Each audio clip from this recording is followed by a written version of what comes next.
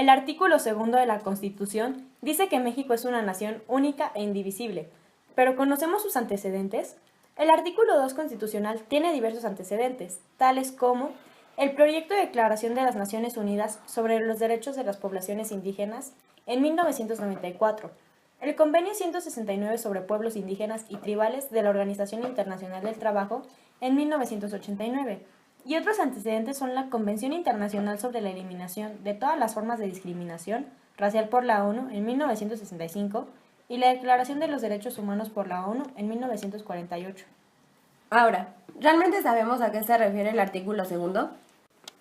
Se refiere a la pluriculturalidad sustentada originalmente en los pueblos indígenas de los cuales, tras el mestizaje que surge en la colonización, descendemos los habitantes del territorio mexicano.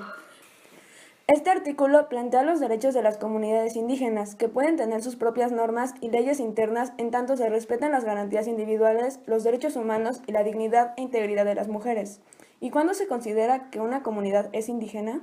Son aquellas que formen una unidad social, económica y cultural asentadas en un territorio y que reconocen autoridades propias de acuerdo con sus usos y costumbres. Claro que los derechos de los pueblos indígenas se deberán ejercer dentro del marco constitucional de autonomía para asegurar la unidad del país. Entonces, además de esto, las comunidades indígenas pueden disponer de su territorio y enriquecer su cultura. Tienen derecho a disponer de su hábitat de acuerdo a las formas y modalidades de tenencia y propiedad establecidas en la Constitución. Incluso pueden elegir sus propios representantes de acuerdo a sus costumbres y que éste se conozca antes el ayuntamiento de donde provenga esa comunidad. Sí, de esta forma, ante cualquier procedimiento legal se tomará en cuenta su cultura y costumbres, pero el proceso se llevará a cabo por el Estado. Estas comunidades tienen derecho a pedir un intérprete para todo proceso para que ellos puedan comprender y darse a entender. Es importante mencionar que cada grupo puede decidir sus formas internas de convivencia social, económica, política y cultural. También tienen derecho a elegir de acuerdo a sus normas y prácticas tradicionales a sus propias autoridades internas, asegurando de esta manera que todos los indígenas, tanto hombres como mujeres, ejerzan su derecho a votar y a ser votados. Por otra parte, los indígenas tienen derecho a preservar y enriquecer elementos que componen su cultura y su identidad, como su lengua y sus conocimientos, e independientemente de estos elementos, también tienen derecho a preservar la integridad de sus tierras. El gobierno federal y municipal deberá promover la igualdad de oportunidades y erradicar todo tipo de discriminación hacia estas minorías. ¿Pero con qué acciones llevará esto a cabo? Las tres esferas del gobierno tienen la obligación de impulsar el desarrollo regional de las zonas indígenas para que se fortalezca la economía local y se mejoren las condiciones de vida de su pueblo. Este trabajo se lleva en conjunto con las comunidades. Se garantizarán e incrementarán los niveles de escolaridad para favorecer la educación bilingüe y la interculturalidad, la alfabetización y la conclusión de la educación básica.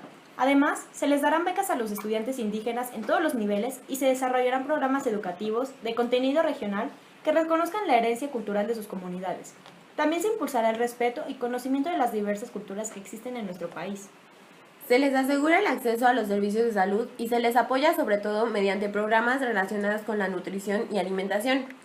Además, las autoridades también están obligadas a mejorar las condiciones de las comunidades indígenas y de sus espacios de convivencia y recreación, y a brindarles los servicios sociales básicos.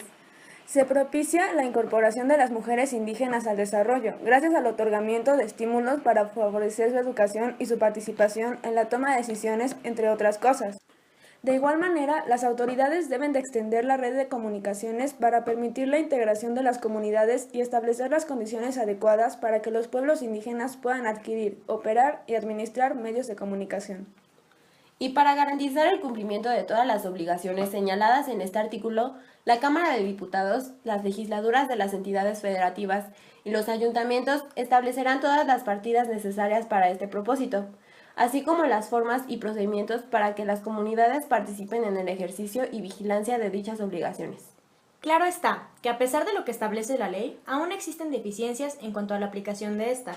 Por ejemplo, en la Sierra Tarahumara, con los raramuris, la baja calidad en los servicios de salud, la hambruna debido a la nula fertilidad en sus tierras, el bajo nivel educativo y la desinformación presente, además de la desviación de los recursos para la Coordinación Estatal Tarahumara.